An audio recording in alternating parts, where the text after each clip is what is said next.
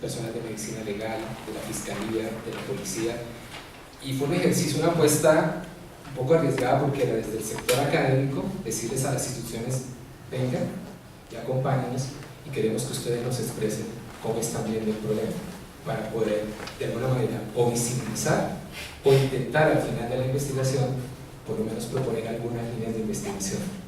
Debo aclarar lo siguiente: la mayoría de las personas que incluían fiscales, policías, nos pidieron que fueran anónimos porque no querían comprometerse con sus nombres en las instituciones, pero nos dijeron las cosas como ellos las ven.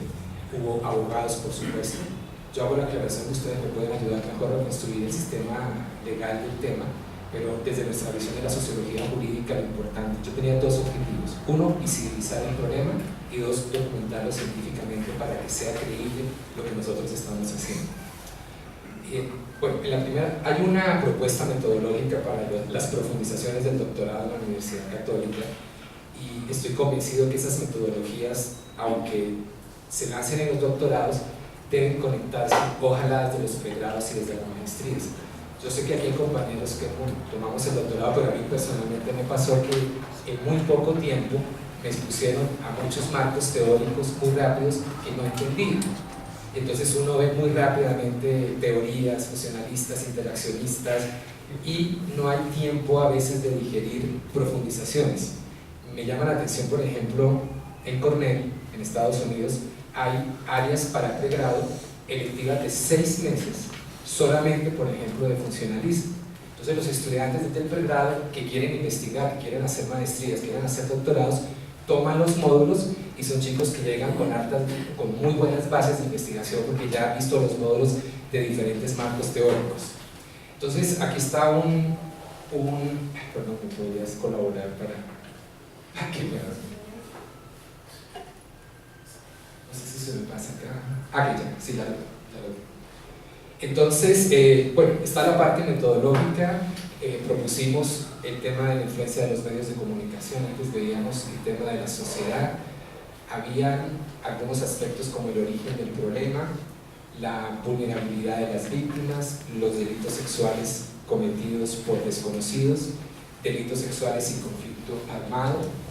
Analizamos los medios de comunicación, queríamos medir en los grupos focales cuál fue la percepción, cuál percepción tiene la gente del común sobre los delitos sexuales, especialmente generados por las noticias a través de los medios de comunicación.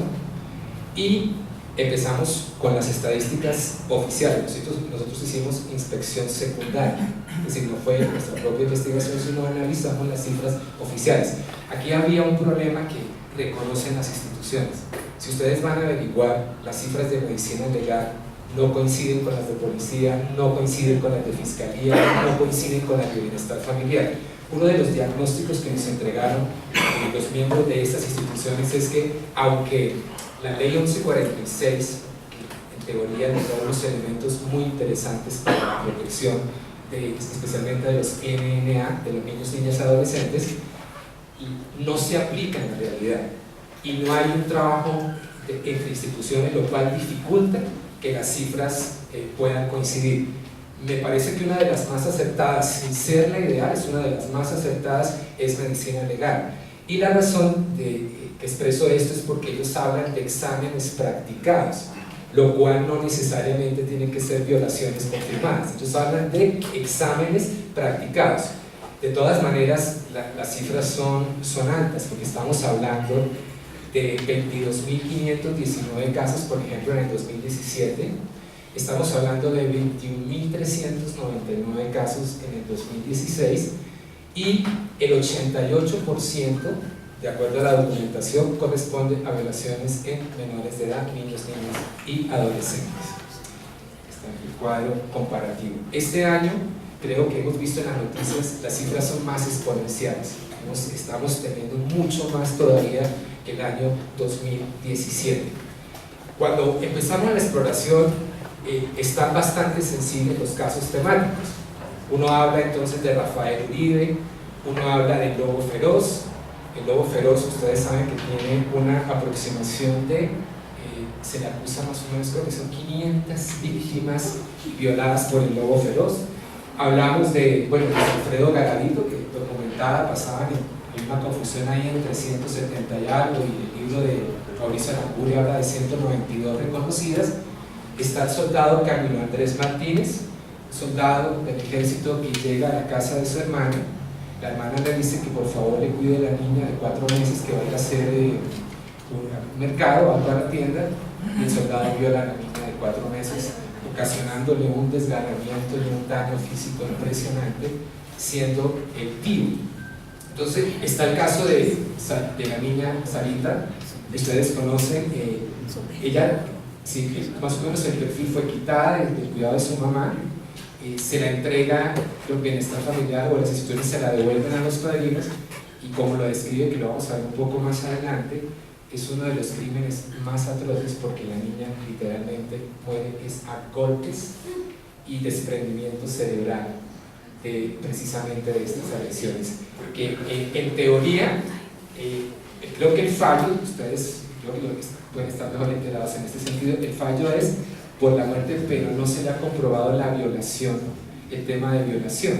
Pero el caso de que la niña, obviamente si uno mira el perfil, está con sus padrinos, una niña de 3 años, violada sistemáticamente y asesinada dentro de su entorno. Hablando de para nosotros era muy importante el tema de paradigmas teóricos, pero lo traigo a colación porque estamos hablando de una profundización para hacer investigación en doctorados. En nuestro caso yo me he manejado porque me aproximé a nivel de interacciones simbólicas entre, eso lo hice desde la tesis doctoral, que fue el impacto de los mensajes de medios en la construcción personal de niños, niñas y adolescentes. Y de alguna manera es el interaccionismo simbólico me da respuesta a esas interacciones. Me parece que el tema también es muy importante para entender qué es lo que está pasando realmente en la interacción simbólica entre victimarios y víctimas en el tema de las agresiones sexuales, que tiene un análisis bien interesante. Vimos, por supuesto, hay que analizar las instituciones, el paradigma del estructural funcionalismo que nos propone Parsons. Uno puede analizar desde una visión macro la cultura de las instituciones, cómo operan los actores, etc. Hay paradigmas ya más centrados, ¿no? Entonces tomamos Durkheim como metodología de sociología, o vamos así que vamos con el tema de la sociedad líquida, o nos metemos con la visión. A mí me gustan mucho los campos simbólicos que trabaja Pierre Bourdieu, y especialmente hizo un análisis muy interesante del papel de los medios de comunicación. El ensayo se llama Sobre televisión, y hizo un análisis muy interesante Pierre Bourdieu, bueno, teóricos, Michael Luhmann, etcétera, como para darle el soporte teórico.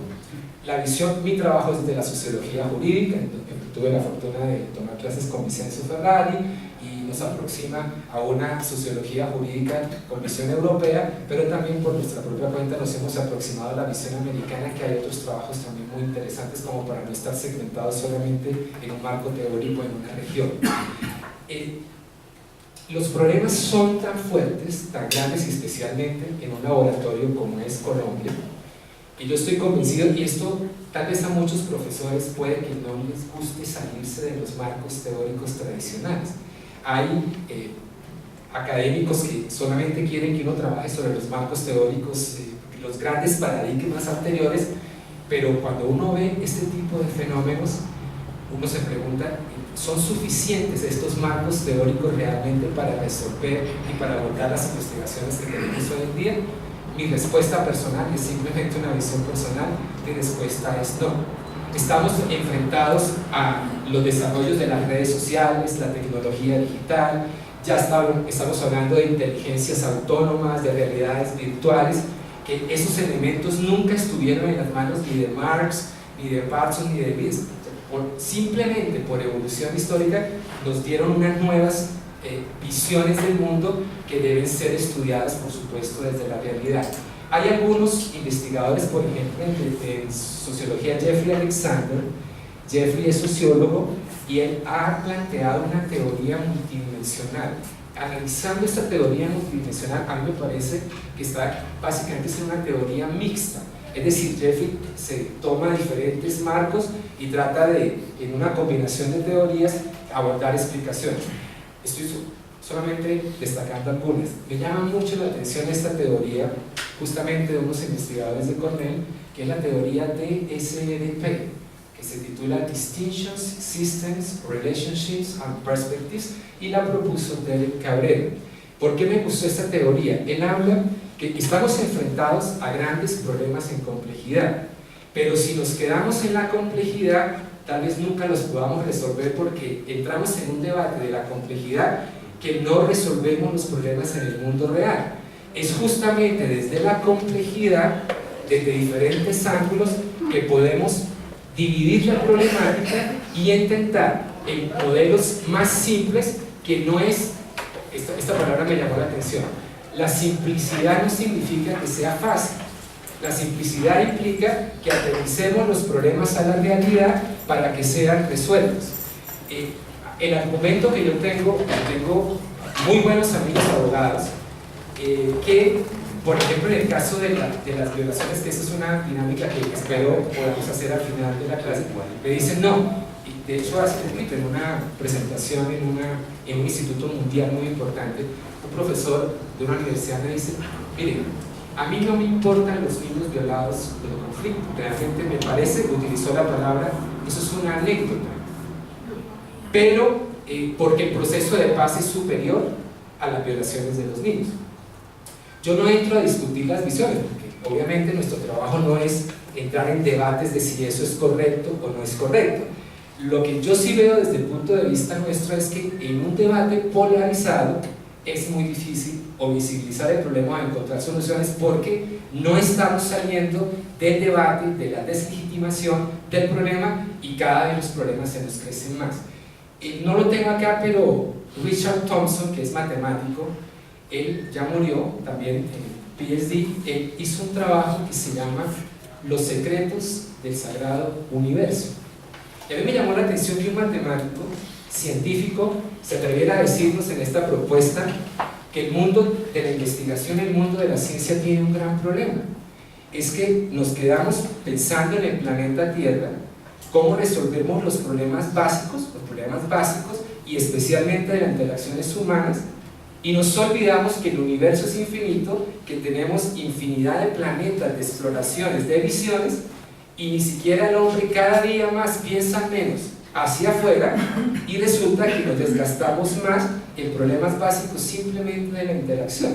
Y él habla, por estar encerrados en un planeta, lo estamos destruyendo, estamos acabando el medio ambiente, no somos capaces de superar los problemas básicos de las interacciones, y de pronto aparece un Einstein que nos habla de una teoría de la relatividad, o nos aparece un Steve Hawking que nos dice, mire, este es un mundo diferente, y mucha gente pues los tilda de locos porque nos encerramos simplemente en una interacción que no permite que el ser humano hoy esté en esa evolución de conquistar el espacio y el universo, sino solamente encerrados como lo sostenemos para no autodestruir el planeta. Me pareció muy interesante.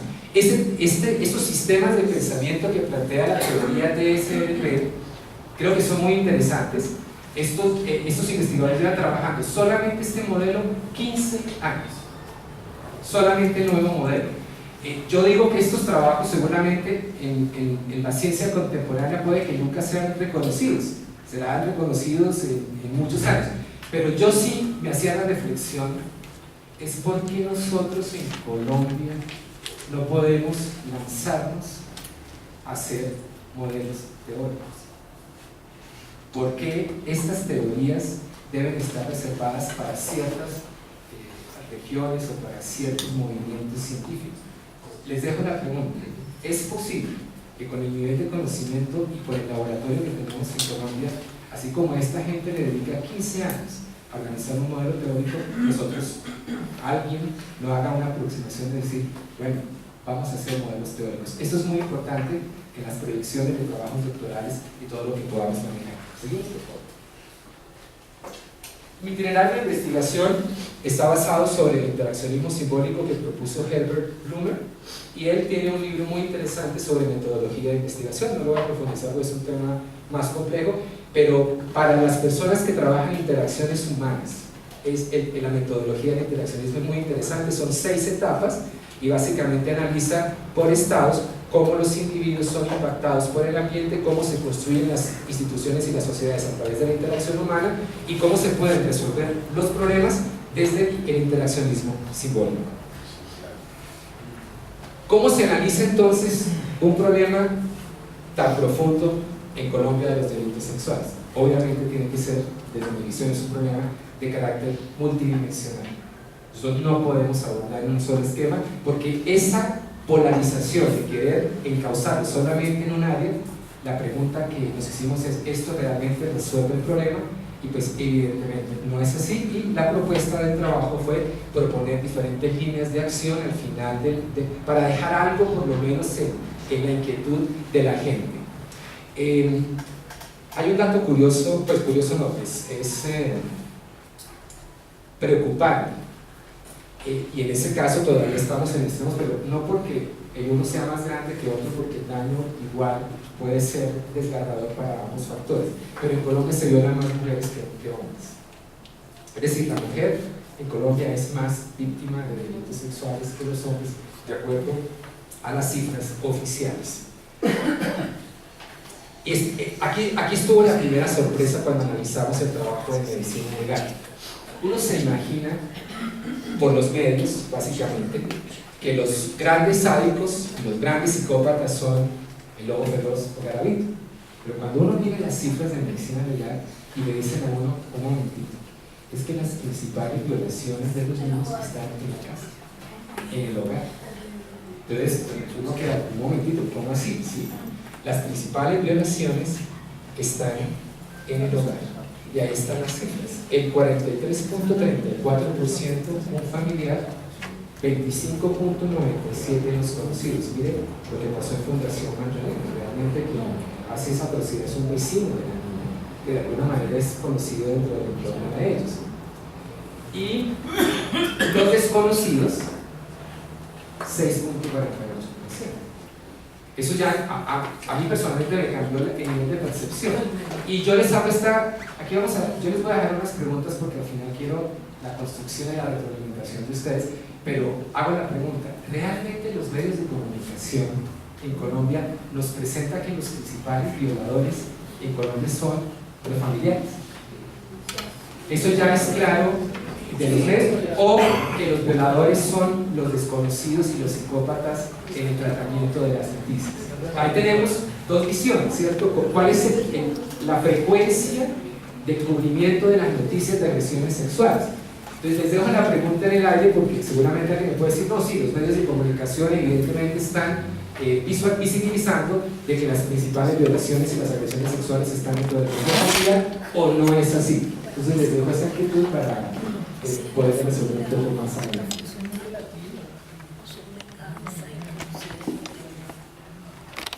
Este dato está publicado por el DANI. ¿Y por qué es importante? Porque estamos hablando de niñas de menores de 14 años que en teoría no deberían estar teniendo relaciones ni menos quedar embarazadas. De hecho, ahora vamos a ver una exploración rápida. La Corte se pronunció sobre esto y dejó muy explícito que fue Ibáñez, que ratificaban que es prohibido por cualquier naturaleza, consensual o no, tener relaciones sexuales con menores de 14 años. Pero aquí les voy a dejar un debate interesante de lo que está sucediendo en Colombia. Bueno, voy a pasar rápido, pero ustedes, obviamente, abogados, conocen mucho mejor esto. Aquí era básicamente dejar claro el tipo de delitos, cuáles son los límites, cuál es la legislación que podemos tomar. Estaban el Código de la Infancia, el sistema penal, la Corte Suprema. La idea fue construir una base teórica de legislación, y a mí personalmente me pareció muy interesante el aterrizaje que se hizo en la Ley 1146, porque nosotros desconocíamos, por ejemplo, que hoy en día las EPS son las responsables de la atención médica de las víctimas de agresiones sexuales integralmente, incluyendo su tratamiento psicológico. ¿Y qué pasa? Una de las madres de una niña de 6 años que fue agredida sexualmente nos comentaba que primero nos contó cómo es el proceso devastador de llevar a la niña a un hospital donde no hay un médico preparado, donde no la atienden bien. Esto sucedió a nivel rural, donde toman las evidencias, el vestidito, las prendas, y no tienen ni siquiera esterilizadas las bolsas donde van a guardar la evidencia, las guardan en bolsas plásticas o en bolsas de basuras, meten las pruebas, y decían ellos, pueden pasar 3 años en ese centro de salud y nunca una institución oficial va ni siquiera a recoger las pruebas de la violación. Y ella decía, literalmente, se lo voy a escribir, se pudren las pruebas porque no hay recolección de esas evidencias. Y entonces uno mira, de entrada el sistema para poder hacer un proceso en el que sea más efectivo, pues no funciona. Las cifras que hablan los expertos de impunidad, ellos con casi el 98% de impunidad, o sea, no solamente es el tema de la denuncia, sino un 98% de impunidad frente a las agresiones sexuales. Pues eso está documentado en el trabajo, y también referenciamos, quisimos ver si Colombia cómo estaba dentro del contexto internacional, pero también nos llamó la atención que las cifras son muy similares, por ejemplo, en los Estados Unidos.